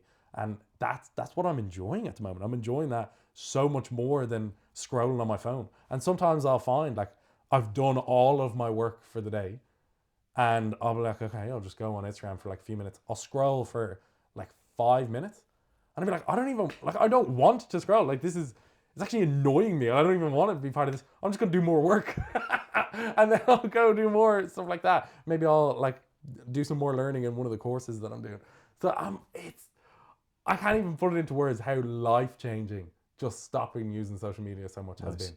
Because I would see people who like delete social media. I would have certain friends that just would not be on social media at all. And they would have talked about this, like that clarity of mind, that peace of mind and whatnot. But like, I don't know, maybe I've used this as cope in the past. Like my business is somewhat embedded in social media. And I've had so many opportunities come from social media. So this is not to say that social media, again, is bad. Like there's so many positives that I've had in my life. Like this is a byproduct of social media. But my business is embedded in it. So I would tell myself, I have to be using this. I have to keep my finger on the pulse. I have to be constantly consuming and engaging with this. But yeah, like if I was in a position where my business was completely unrelated to social media, I think I would probably have deleted everything by now. Oh my God. It's been life-changing. That's the only way that I can describe it. So anyway, that's not to say anyone else should follow suit and do the same as me. I'm just saying that's been my personal experience with it. Damn. Yeah. Oh, it gets me fired up. Like I get passionate about it because it's been such a positive change in my life. I almost feel maybe like I'm being like over the top about it. I'm not. Like I can't even overstate how much better I have felt day to day. Like I'm so happy. I've been so happy like the last 2 months. 2 small questions before like that are way smaller than the kind of overarching message that you're getting across. 2, I'll say them both. When people message you and so it pulls you onto your phone, do you find yourself being dragged to the other apps and or how do you avoid it? And 2, or let's say I'll text you on WhatsApp, but if someone sends you an important message on Instagram, do you get stuck anymore on Instagram? And 2, you mentioned there your like members videos, so much value. They're like 20 minutes long. They're evergreen content. Does that make you motivated to make evergreen YouTube content full stop? Like, because these are member specific, but what about just like everyone can watch them, everyone can consume them? Yeah. So the messaging one, So I think we again talked on this before, where I would like the main platform I would talk to my girlfriend on was Instagram, and that was what kept like that was a real problem until I identified it, and then I told her, "Don't message me." It's on WhatsApp. I'm not replying to you. It was on Instagram, and I have gradually shifted anyone who I talk to. It will be You've through. shifted everyone to talk to. For anyone who doesn't get that joke in Ireland, that like in like rural Ireland, that means to kiss someone. So I kiss Pretty sure everyone. the UK used that, no? Do they? Doubt it. Man, we don't even say that up here. That's a bogger term. Yeah. Do you say that? No. No, that's like a country folk kind of term. Yeah. Anyway, Yeah. man, we have listeners from 52 countries, don't you know? Yeah. And that is anyway. Yeah. Right. Okay.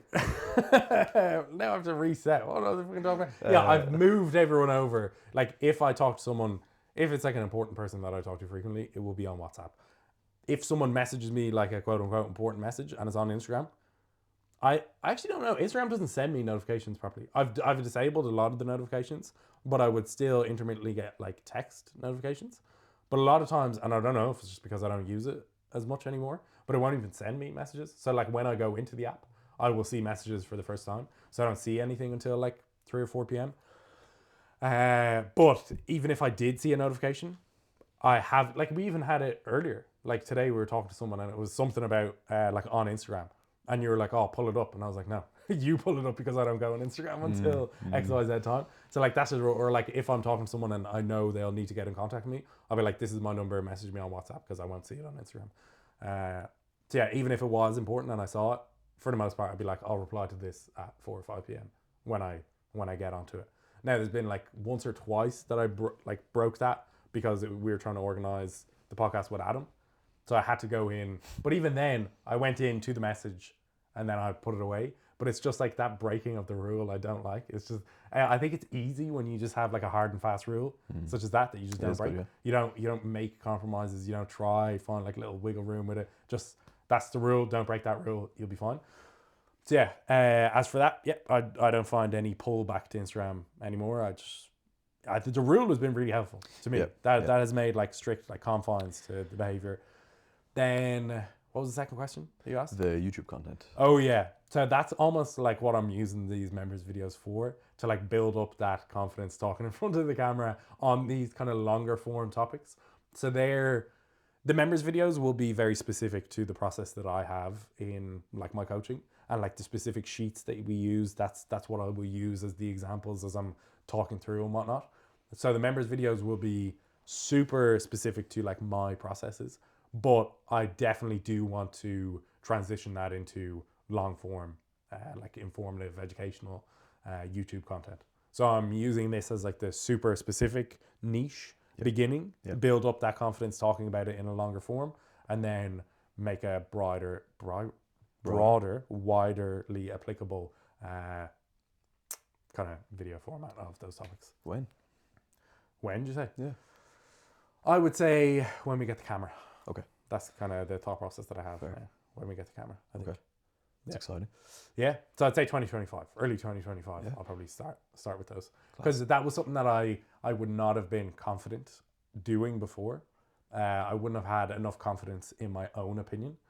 I oftentimes, like, I don't know if I suppose it is imposter syndrome, where I would have this idea that like my ideas are not Yeah. they're just my ideas. Yeah, they're not that smart, like they're not that good. Whereas everyone else, like they have it figured out. They know what they're talking about. But me, I'm kind of just guessing. I'm going off my experiences and I'm doing what I think is right, but I don't know. But everyone else knows. Everyone else is super clued in, but I'm kind of the bumbling idiot. Whereas now I've gone through enough experience where I realize we're all the bumbling idiot, and everyone is just trying their best with the experiences and info that they have at hand. That was like something that kind of stopped me getting into coaching like years ago, because I was like, oh, but I don't really know. I don't know everything. And then I realized no one knows everything. No. You just go in with the knowledge that you do have and the experience that you do have. This is kind of a topic actually that I think we've talked about before, but I've seen it come up multiple times about like younger lifters who do one competition and then getting to coaching. It seems to come up more often than I ever think about it. Yeah. Also, this is like, I keep seeing stuff like Q&As on stories and all, and people are like putting in the Q&As, they're like, I hate this thing. I hate seeing lifters put a chain in their mouth. Yeah. Why? Why? Why do you care? Why do you care so much? Why does that annoy you? And I think this is actually maybe a byproduct of the being on social media too much. It's not Getting- because we. Oh wait, being on too much. Did you just say? Yeah, being on social media too much in this world of like. I was trying to catch you because I thought you were going to say, oh, it's a product of you spending less time on social media that you don't care, but no, you've never cared. Yeah, we weren't like that. Yeah. We weren't like that. But I think it's maybe is definitely, yeah. people in comment sections getting so riled up and fighting with each other and this, I hate this, like attitude. Why? Why does a lifter having a chain in their mouth hurt you? Why does someone else who's starting coaching lifters who are nothing to do with you affect you? Like they're like, we can expand it, and maybe it's not like the best thing ever to have people who are not super qualified coaching other people. But this is my like 2 cents on the whole situation. If it's someone who has one competition worth of experience, no one is going to them for coaching. Yeah. They're not getting any clients. Yeah. So what's it to you? And it's like, not like they're stealing your lifters. What are we arguing? Like, if we're being more specific, are you hating if someone is like scamming people, perhaps saying, you know, they have 20 comp, 10-year coaching experience? It's like, I don't really see that ever. Yeah, that's not a thing. You know, when you're advertising yourself, all you're saying is, can I coach people here? Yeah. One-on-one, here we go. So if it's someone who's done one comp and they're coaching now, first of all, who gives a shit? No one's going to them anyway. Like, fucking, man, it was hard enough for me getting clients in the beginning when I had done fucking 15 competitions. Like, no one's going to them, and anyone who is going to them has done no competitions likely, or has zero, doesn't know their arse from their elbow. So like, they're not stealing your lifters. Why do you care about it in that instance? I don't know. People want to hate. Yeah, I don't really get it. I don't get why you would be triggered by that. So they're not taking food off your plate. It's just, and how do they start then? It's that like, oh, I'm not strong. I won't start coaching until I've had more experience. I won't start competing until I'm stronger. Like that kind of attitude. How does anyone start then? I didn't have coaching experience until I had coaching experience. Like how do you do it if you haven't done it before? Yeah. You just fucking you dive in. Yeah, no, that comment is fallacious, I think, because like that, how do I get experience without starting? There you go. And it's like, and then here's the other thing, it's typically the argument is people have done like one comp and they want to be a coach. Doing any amount of comps doesn't technically qualify you as a coach that much. Anyway, sure, you're more aware of the nuances of powerlifting and competing. So maybe that's where that's coming from. Yeah. But technically, you could have someone who does 20 comps and is an idiot coach. So that's not even the best argument either. So. Yeah, and I've seen it again a few times. Those kind of Q&A situations, people who are really annoyed or like saying I hate about things. I think, why do you care? Why do you care? Let go of some of that anger. I think let go of some of that judgment and harshness, perhaps, or like rants about real hypothetical. Yeah, rants about anything. Yeah, but like real hypothetical scenarios. Yeah. Why are you mad? Why are you mad? Come on, let go, brother. Let's mellow out a little bit. Let's be nicer to one another. Or like my pet peeves in powerlifting, and it's always something really inconsequential. How about you just let it go? Can you think of anything off the top of your head that does piss you off? Say powerlifting specific here. Like people being disrespectful. Yeah, people being disrespectful, like rude, mean, bullying. Like they're things to be pissed off about. Yeah, that's it. Yeah, like, and if anything, man, if someone does something weird that like I wouldn't do it. Who cares, man? As long as it harms no one else, you're good to go. Oh man, this annoys me so much. Why? Why are you letting it doesn't affect you? Yeah. It doesn't affect anyone else. Yeah, they're kind of two big parameters there with other people's behavior. That if you're getting pissed off, man, find something better to put your emotion into. Yeah, that's what I think. You obviously have a lot of emotion. Yeah, it's great. Funnel it into something that's productive and helps you or other people. Yeah. That's what I would think. Crazy. I can't remember how I got onto that. How did I get onto that? That's a total side channel. What were we talking about before that? I don't know. We were talking about social media stuff and not using social media stuff. Yeah, not using social media as much. Yeah, I think that's it. I think I covered everything. Yeah, Everything I relevant. want to make a concerted effort there to use it a little bit less, especially now that I'm between semesters. It could be the perfect time. Yeah. Instead of when I start the next semester going, okay, I'll use my phone less. Yeah. Because the opposite could happen right now. Because I have less university work to do, obligations, I could spend more increase time on it. So no, definitely. And it feels so good when you don't go on it for a while. And man, if you're going to use it at any point, it's better when you haven't done it in a while. Yeah. You know what I mean? Yeah. When you hop on it at like 8 o'clock and you like have Catching someone, up, yeah. catching up with people, catching up with a post that everybody's talking about. It's like cool. But like if you're using it every And you're 5 constantly minutes, checking it and nothing's happening. It's like opening the fridge constantly and seeing if there's something new in there. Like you know what's in there, nothing good. yeah. And I think maybe what it could be indicative of is if you are finding yourself constantly going to it, that all that time could be used on something else. But B, sometimes I'm doing it because I'm bored or I'm avoiding something. And then when I really just confront that idea with myself, it's perfect. Yeah. I find what I need to be doing. I find what's missing or what I'm avoiding. That's another thing I found. I'm so much more creative. I have so much more room for ideas. I was listening to fucking weird enough. I think it was is your man's name Dermot Kennedy? Yeah. Irish singer on Theo Von. Yeah. He was saying that Such a when random yeah, combo. it's so weird, and they're like buddies. He was saying that when he uses his phone a lot, I think he used the word muddy. He finds that his head is real muddy, and he finds it hard to be creative with songwriting. Whereas when he doesn't use his phone for a considerable period of time, ideas come to him much more frequently. He's able to explore that thought a lot more. I have found the exact same thing. That clarity of mind to, instead of just mindlessly consuming all the time and then having that carryover to when you're not even consuming anymore, but your brain is still processing like the overload of information. Someone made one specific post about this, or like what kind of happens is like other people's training or physiques and stuff. So annoying. You're caught in comparison to that. Yeah. You could have felt amazing about your training, and then you see someone else hit a PB. That doesn't take away from your PB. Man, even worse when you're feeling bad about your training. Yeah. And When then I'm you see feeling shit that. about my training, I go on. There's someone I know and they've gained like 30 kilos in their squat. I'm like, man, you know, I'm done. Whereas now you're in your own bubble almost, and you're bouncing ideas around your head of something productive that you're moving towards, like new ideas that you have that you want to put into execution and whatnot. That's Man, what I found. you know, as they say, as moms used to say, it's that damn phone. It is that damn phone. It's that damn phone, man. It actually is. Yeah. And you know what? Here's a weird thing.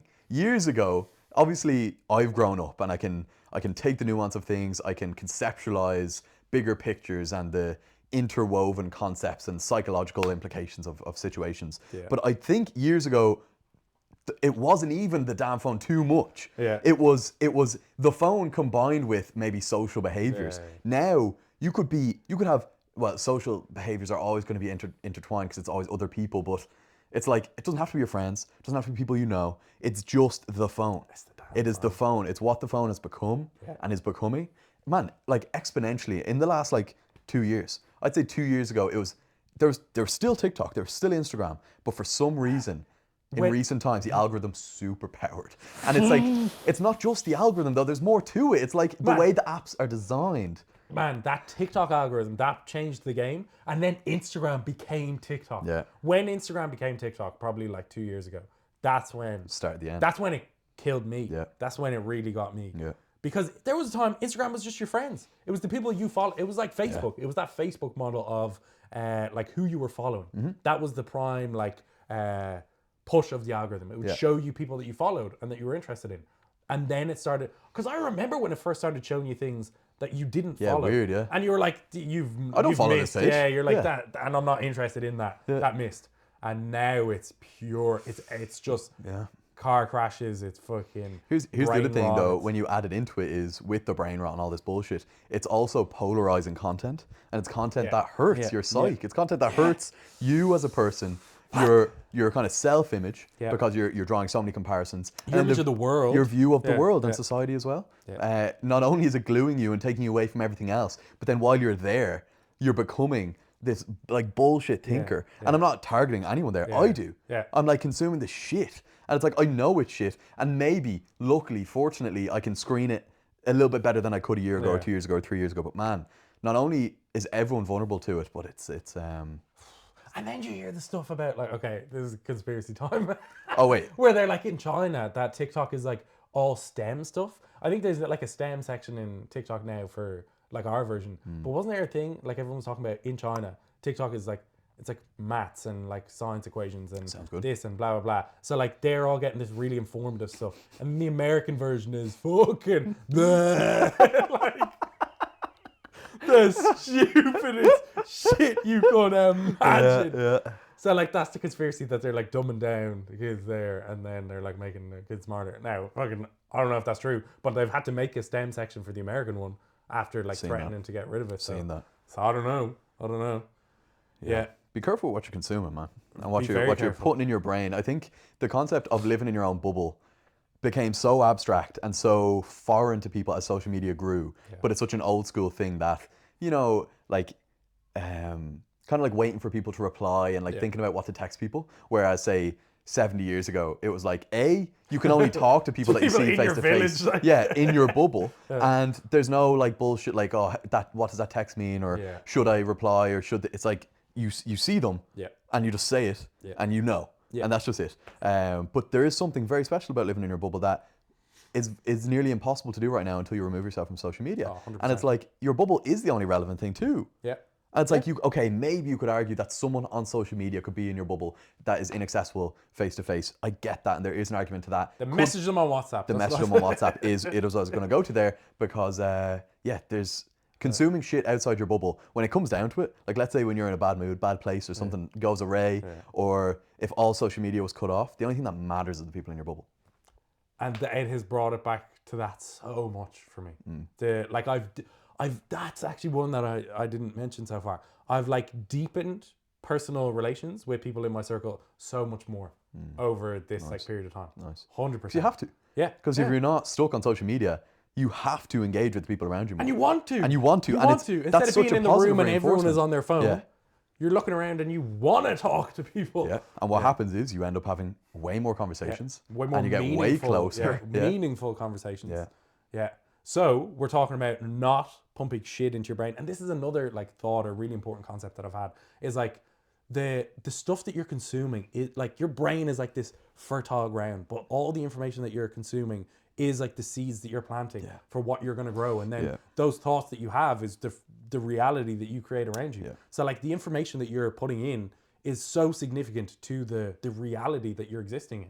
If you're constantly putting in drama and bullshit and brain rot just 24/7, that's what your life is. That is your what your your life thoughts is. are the reality that you live in. Like your brain is the reality that you live in. And man, like people can argue, and I almost can imagine what I would have said when I was younger. Is like, no, I'm not even thinking about that bullshit throughout the day. Like, say I've consumed drama between two actors or something. It's like, I'm not saying that's what you then go on to think about for a week. But what starts to happen is it creates and molds your perception. And so now, as you live and consume the world and view the world through, like, your brain becomes fine-tuned to now eat the information it consumes in your life in a dramatic way if all you consume is drama, or a polarized way if it's polarized information. It shapes the lens that you shapes the lens.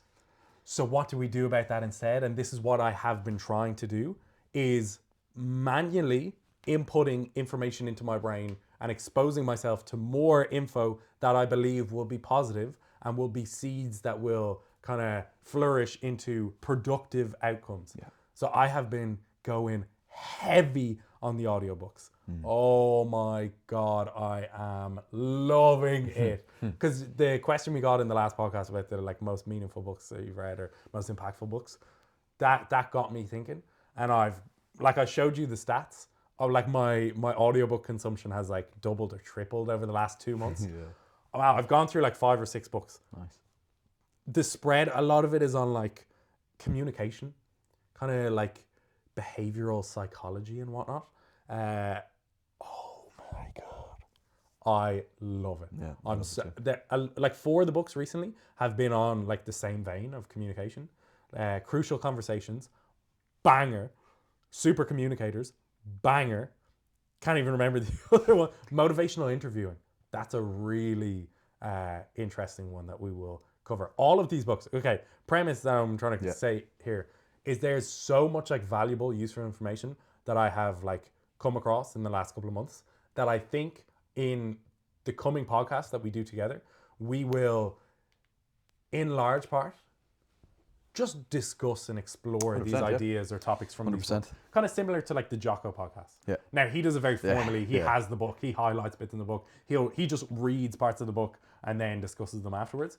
I think we will just touch on and explore the like core concepts or really beneficial ideas that we've come across. Because I know it's been like life-changing for myself. A lot of these communication books, it's been crazy because it's stuff that we're never taught, but is like foundational to actually interacting with the world around us.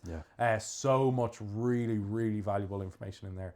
So I think we may take like a book, and it may be the case that I've read or listened to a book that you haven't and vice versa.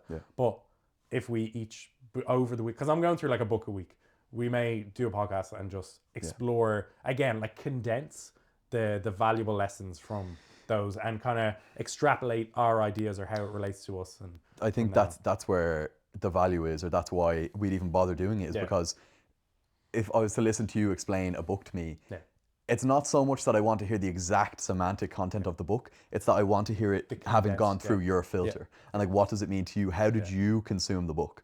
And I like hearing other people talk about it too. So we'll definitely. So we'll teach each other what we've learned that week.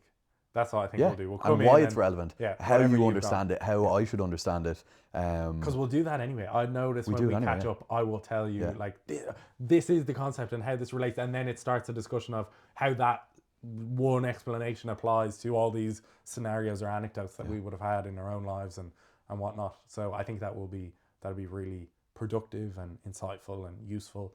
So I think that will be the plan going forward, because I've been going heavy on the audiobooks, and hopefully this can become a little bit of a resource that you can come to for some light entertainment, but also infotainment. That's what I would consider us. Infotainment. We have some insight to give. Man, if we're taking the information in, why not share it? Absolutely. Absolutely. Yeah. I have a feeling that time is good. Yeah. It's 3:20. Yeah, I'd say that's coming up on 2 hours, is it? Yeah.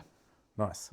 So that was a good one. What will be nice though is the more frequently we do this, that'll just be nice. That's actually, I was going to say, we won't, because I feel like there's still more to say here, but you guys who are still here are about to fall asleep, I'd say. But no, we'll definitely be able to do it more often, and perhaps shorter podcasts. Maybe we can keep going as well to hour and a half, 2 hours, but no, definitely. Condense them and make sure they're jam-packed. Very good. That was a good one. I'm glad to be back in action. I feel back in my mojo again that we're back doing these. Hell yeah, brother. Thank you guys very much for listening. Oh yeah, by the way, Vivo fucking affiliate now. How about that, brother? Show them your feet, bro. Hell yeah. Show them what it does to your toes. Like, take off your shoes and socks. Only if you suck them. Anyway.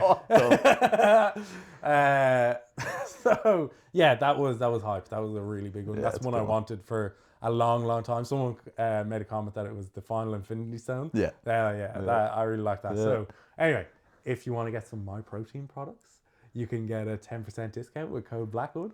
If you want to get some Vivo barefoot shoes, you can get a 20% discount with code Blackwood. 20% is good. That's massive, isn't it? Who else am I sponsoring? SBD, you just buy SBD stuff. Able. You don't get a discount code. Able, you can buy some Able stuff. Brother, we're cooking. We're cooking. Hell yeah. If you want coaching, go to evopowerlifting.com. Or odysseystrength.ie. And I think that is a wrap. Thank you very much for joining us on this podcast. Talk to you sooner than we have been. Peace.